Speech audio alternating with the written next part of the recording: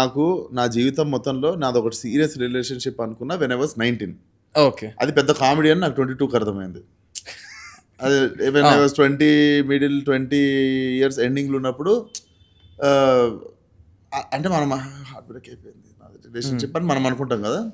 అది అయిన తర్వాత అది కొంచెం 21 వచ్చిన తర్వాత ఇట్ వాజ్ అది పెద్ద కామెడీ, మనం ఫీల్ అయింది కూడా కామెడీ అని అర్థమైంది.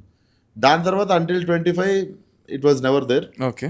From 20 when I was 24 middle ఉన్నప్పుడు I was in a serious relationship for 4 years. So that is the only, నన్ను అడిగితే what is your relationship status అంటే that is the only one and only. Before లేదు, after 4 years ఉండే. అబ్బా. Like 3.5 years వరకు నడిచింది. That is the thing.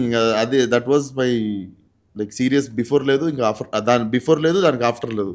That was the relationship. Very very much like serious. పెళ్లి వరకు ఇంకా అందరిది సీరియస్ అంటే ఆడదాకా పోతుంది కదా అందరి టాపిక్. మరి ఏమైంది? ఏమైతే నీకెందుకు ఇప్పుడు చెప్పాలనా నేను ఇక్కడ మైక్లా? సరే ఎందుకు, సరే సరే పక్క రూమ్లోకి రా చెప్తా. ఇక్కడ మైక్ పెట్టి ఏమైంది అంటే అన్ని చెప్తారు. సరే సరే ఏదో అయింది.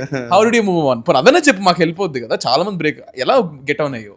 ఐ థింక్ అది యూ టేక్ యువర్ స్పేసా లేదా? See basically don't expect anybody to show mercy on you. అది ఎక్స్పెక్ట్ చేయడం ఇంకా తప్పు. మామ అని చెప్పి ఎవడికైనా బాధ చెప్పుకుంటే ఆడు స్టార్ట్ చేసిన ట్రైన్ అనుకుంటాడు. కానీ ఎవడు నీ అంత ఫీల్ అయిపోయి అవును మామ అని అనేటోడు ఒక్కడు ఉండడు. అందులో బెస్ట్ ఫ్రెండ్స్ అయితే అసలు ఉండరు.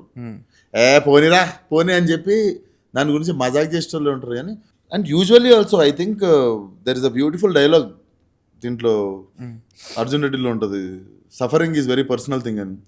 So I think you should no, I think you should let it out. Break down అవడు కొన్ని రోజులు, ఏం చేస్తావు చేసి ట్రావెలింగ్ ఏం చేస్తావు, but you should let it out.